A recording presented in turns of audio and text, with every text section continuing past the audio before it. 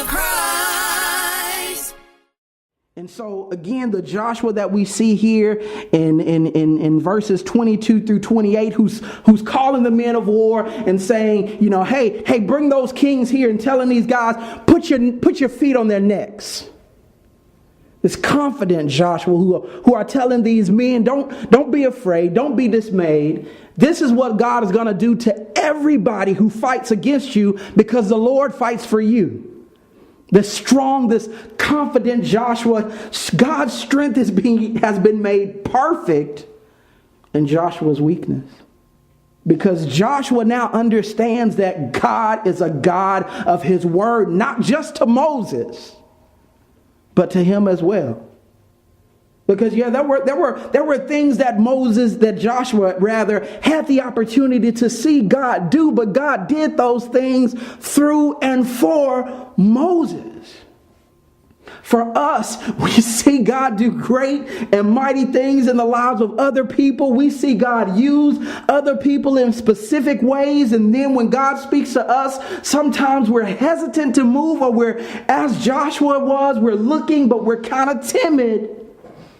Because God had not yet proved himself to us. But, again, we know in this strength made perfect being an echo of 2 Corinthians 12, his grace is sufficient. That grace is not just for Paul. That grace is not just for Joshua. That grace not just for Moses. But that is a grace that falls to all of us, because all of us have purpose.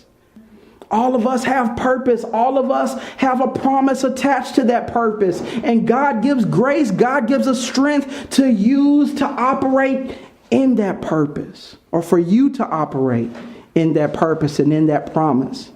So the Joshua that we see here in 10 and 20, verses 22 through 28, is a Joshua that understands that God is made perfect, that these things are taking place by God's strength, that these 5 kings have fallen by God's strength, that Jericho and that Ai have fallen by God's strength. Not because Joshua is Joshua, or not because the children of Israel are the children of Israel. We're encouraged in conflict not for the sake of conflict itself, no matter how many fights you presumably win. We're encouraged in conflict not because of who we are, because we've been declared the victor on the other side of the conflict, but we're encouraged in conflict because God's strength is being made perfect. That when you should have fallen to these overwhelming circumstances, you did not. When you should have been broken by the burden that was laid upon you, you were not. When you should have lost your mind because of all the stuff that was coming against you, you did not. And that is not a testament to you, family.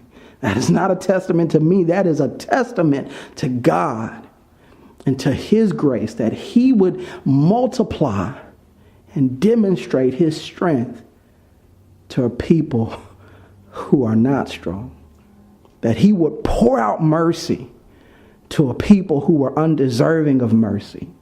That he would be compassionate to a people who did not deserve compassion. That he would use a stubborn and stiff-necked Israel, a stubborn and stiff-necked you, a stubborn and stiff-necked me,